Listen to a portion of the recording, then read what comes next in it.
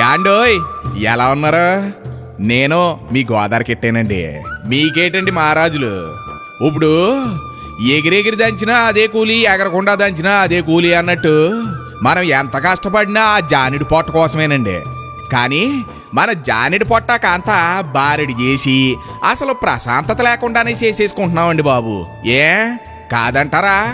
మనలో మన మాట కుటుంబంలో అందరం కలిపి కూకుని భోజనం చేసి ఎన్ని రోజులైందండి? మన పిల్లలతో చిన్నపిల్లల్లా కలిసిపోయి మనస్ఫూర్తిగా ఆడుకుని అన్నాళ్ళయింది. ప్రశాంతంగా అన్నంలో గెంజేసుకుని ఆవకాయ ముక్క నంచుకుని తిని ఎన్ని యోగాలైంది కదా?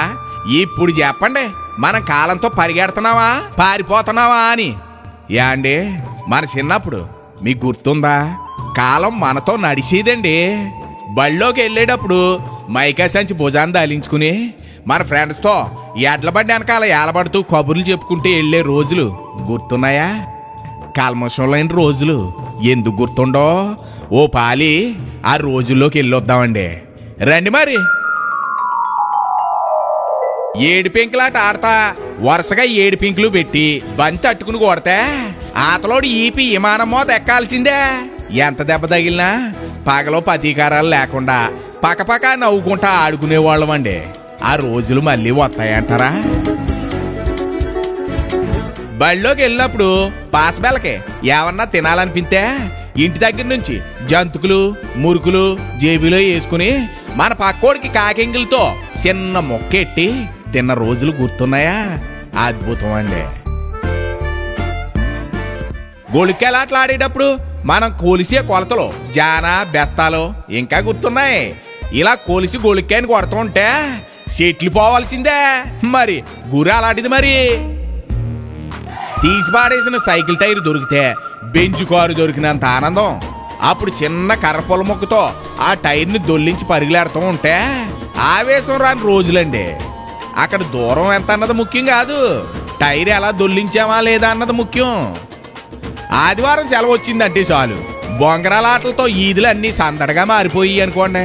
అందులోనూ కలకత్తా బొంగరానికి ఓ ప్రత్యేకత ఉండేదండి.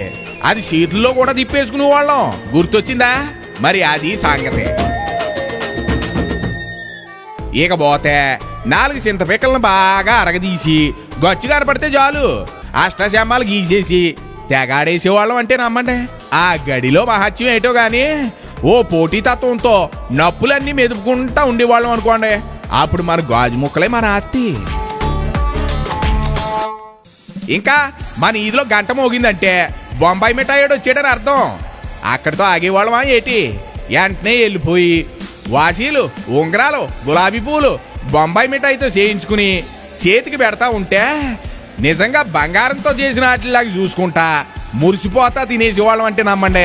ఇక గూటి బిళ్ళగాడికి వస్తే ఆట ఆడటం మొదలెట్టామంటే కోట్టలోకి బిళ్ళ 10 లాలాలు అవతల పడాల్సిందే. అందులో ఏమాత్రం తగ్గేవాళ్ళం కాదండి బాబు. లాలా అర్ధ అంటూ కొలతలు కొలుచుకుంటా కొలిసిందంతా మన ఆస్తే అని మురిసిపోయిన రోజులు మంచి చిత్రంగా ఉంటాయండి. మరి మన చిన్నప్పుడు పావలా పట్టుకుంటే చాలు నిమ్మతోనలో పుల్లైసు ఐస్ ఫ్రూట్స్ పల్లీలు పల్లీ అచ్చులు ఇలా అన్నీ మన సొంతం. మళ్ళీ మళ్ళీ కావాలన్నా అలాంటి రోజులు వస్తాయా ఏటి చెప్పండి? యాండోయ్ మీకు గుర్తుందా? 5 పైసలకి 5 గొట్టాలు 10 పైసలకి 10 గొట్టాలు ఏళ్ళకి పెట్టుకుని కరకరలాడుతా తింటా ఉంటే నా సామి రంగా ఆటి రుచి ఏటికి రాదండి. గొట్టాలా మజాకానా?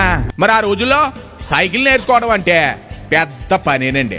అదేంటో దెబ్బ తగిలితే కానీ నీకు సైకిల్ రాదు రోయ్ అనేవారు. అలాగే దెబ్బ తగిలిది సైకిల్ వచ్చేది. ఎక్కడున్నా గోడకి సైకిల్ జారైతే చాలు జుమ్మునే వేసుకుని వెళ్ళిపోయేవాళ్ళం.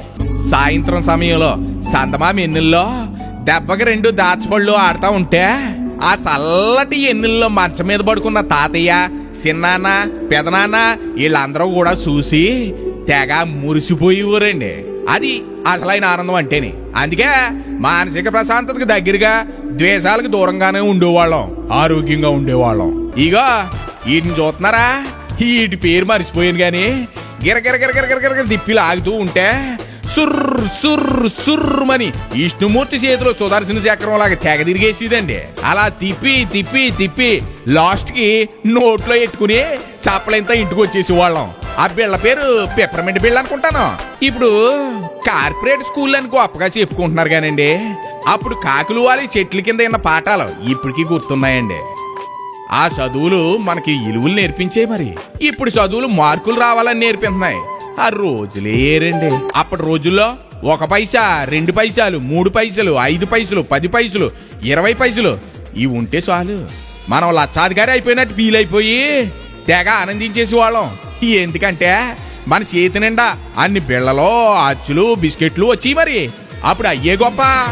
ఎప్పుడన్నా పాట పాడాలనుకుంటే మనం టేప్ రికార్డ్ ఆన్ చేసి అందులో క్యాసెట్ ఎట్టి పాటలు వినేవాళ్ళం కదా.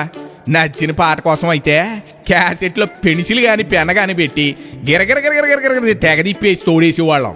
ఇలా మీలో ఎంతమంది చేసారో ఆలోచించండి మరి. ఇక మన బ్లాక్ అండ్ వైట్ టీవీకి ఒక బాక్స్ ఉండేది. ఆ బాక్స్కి 2 తలుపులుండి తెరిచిన తర్వాత కానీ టీవీ కనిపించేది కాదు.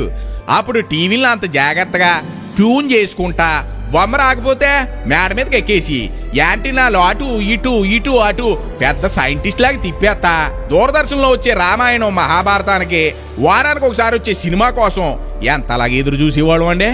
ఆ ఎదురు చూత్తంలోనే ఒక గొప్ప ఆనందం ఉండేదండి. యాసవకాలం వచ్చిందంటే షేలోకి వెళ్ళి ముంజిగాయలు కడుపు నిండా తినేసి బ్రేవుమని దేంచి ఆటితో బండి చేసుకుని దాన్ని ఈదుల్లో దొర్లించుకుంటా నిజంగా కారులో వచ్చినంత ఫీలింగు ఈదులన్నీ తెగ తిరిగేసేవాళ్ళం అంటే నమ్మండి. మీరు చేయించుకున్నారా ముంజిగాయలు బండి?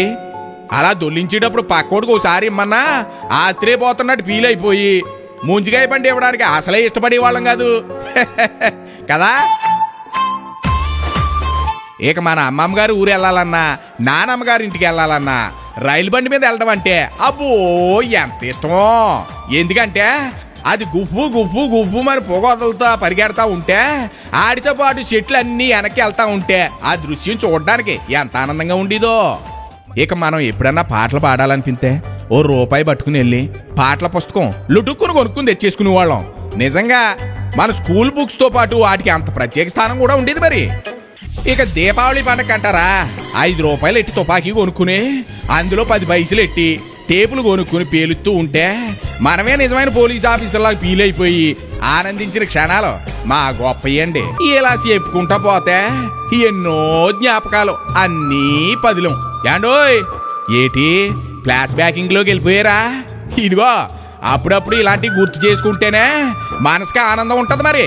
మరి ఇక ఉంటానండి. మీ గోదావరి కిట్టయ్య. నమస్కారాలు.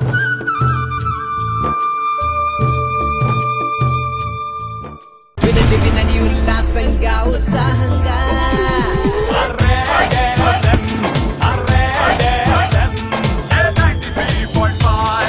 వినండి ఉల్లాసంగా ఉత్సాహంగా Red FM